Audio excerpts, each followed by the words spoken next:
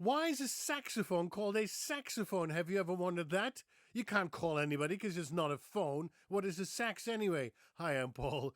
This is my series on English words and expressions.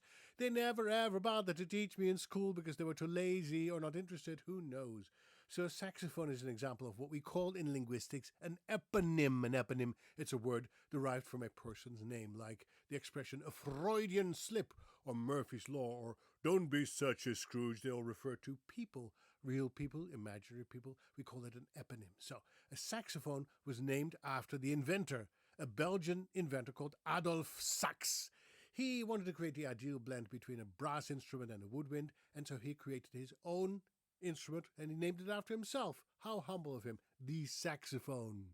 Did you know that the word boycott actually came from Captain Charles C. Boycott, an Irish landowner who was against land reforms and he was shunned for it, and his workers refused to work for him, so they boycotted him. That's where we got the name boycott from, Charles C. Boycott.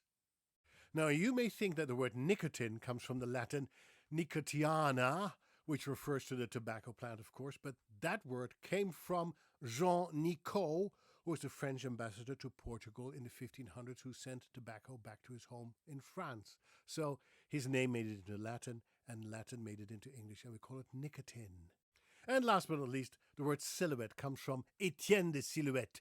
He was a French politician in the 18th century. We don't really know why a silhouette was named after him, but one of the theories is that the man liked to make these little silhouette type drawings. So that's where the name stuck, as silhouette.